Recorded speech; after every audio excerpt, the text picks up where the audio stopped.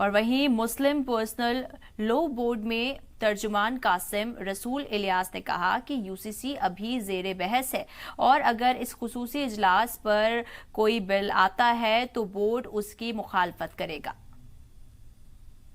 سید قاسم رسول الیاس صاحب موجود ہیں، مسلم پرسنل لاء بورڈ کے پروکتا ہیں۔ سر، کل آپ لوگوں کی میٹنگ ہوئی،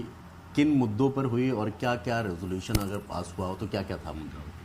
دیکھیے، کل کی میٹنگ جو تھی اس میں کئی اہم فیصلے ہوئے۔ پہلا فیصلہ تو یہ ہوا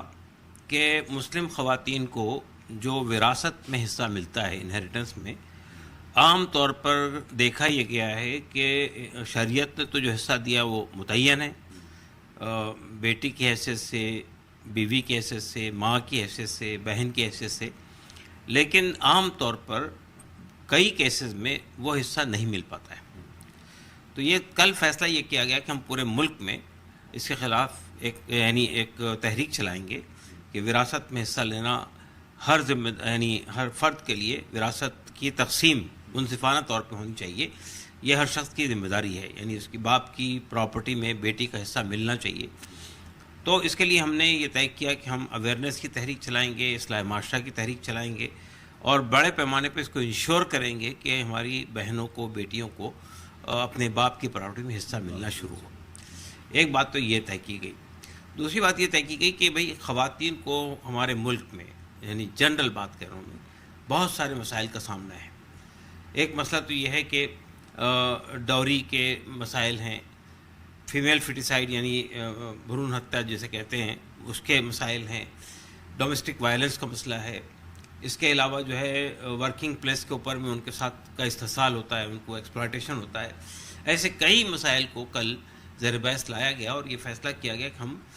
social reforms with in the society کے اس کے لیے پورے ملک میں تحریک چلائیں گے، اور ہم نے پورے ملک کو 3 حصوں میں ڈیوائیڈ کیا ہے اور 3 سیکرٹریز کو یہ رسپانسبلٹی دی ہے۔ بورڈ کے جو 3 سیکرٹریز ہیں ان کو یہ رسپانسبلٹی دی ہے کہ وہ ایک ایک ایریا کو